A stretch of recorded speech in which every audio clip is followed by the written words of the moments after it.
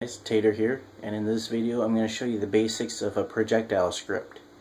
The uses of this are for like if you want to use a gun or a wand or anything that when you swing an item it shoots out.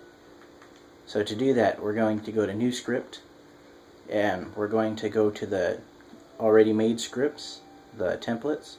We're going to go to the script folder, and then we're going to go to Set Event Script, and then we want the one that says Item Swing. Now in this, where it says name, that's the script that we want to run whenever the item gets swing. So let's say shoot would be the name of it. But I'm pretty sure I've already got one, so I'm going to call it shoot 1.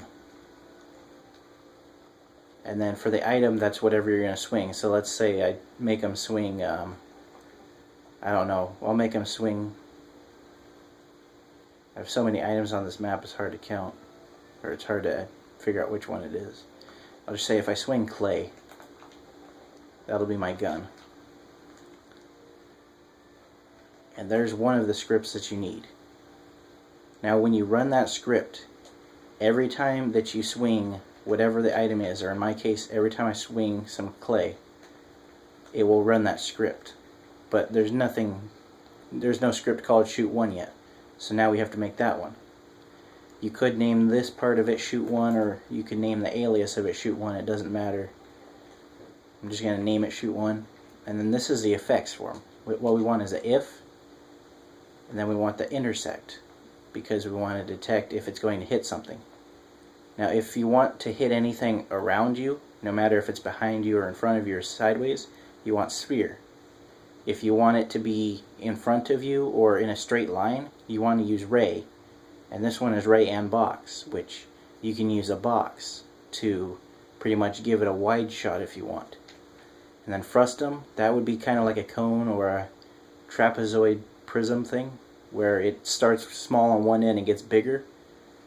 And I'm going to go through the ray because I don't know the field of view for the frustum yet. But for this one, what you want to do is mark with players and mobs which one you want them to hit. You can leave it how it is if you want them to hit both. Now for the XYZ, I'm going to get rid of them both, and then I'm going to go over here and get rid of box, because I'm going to use array. Array is pretty much a straight line. Now we want to decide where the ray goes. I'm going to do it based on in front of me, so what I want is VREL. And then I want it to be 0, 0, 0, because that marks right where I am. And then for the next one, what we want to do is choose the range. And for the range, we're going to put whatever our range is on the X, which I'll make this 30 blocks. And then you want 0 and 0 because it's not going to go up vertically or it's sideways from where you're aiming. Now that we've got that, we can go to then, and then we want to put a context. And we want context player target. What that says is everything underneath that context will be activated for whatever's targeted and not you. And then we're going to go for our health. Let's just say that this gun does 10 damage, and we got to make sure to do a negative. Now if we had it like this, let's say we didn't have these two lines and we just had this one, you would shoot yourself, but this one makes you shoot the target. And then you want to just put an else as a counter thing in case you miss. Then it would do nothing. Now you could add a whole particle in here if you wanted to, but I'm not going to right now. Now if I save and exit, and then I take my clay, and if I put a zombie here, you'll notice every time I shoot him with my clay, or maybe not, oh I forgot to run the script. If I run the script that I made for the detect swing, every time I swing my clay, he gets shot with 10 damage.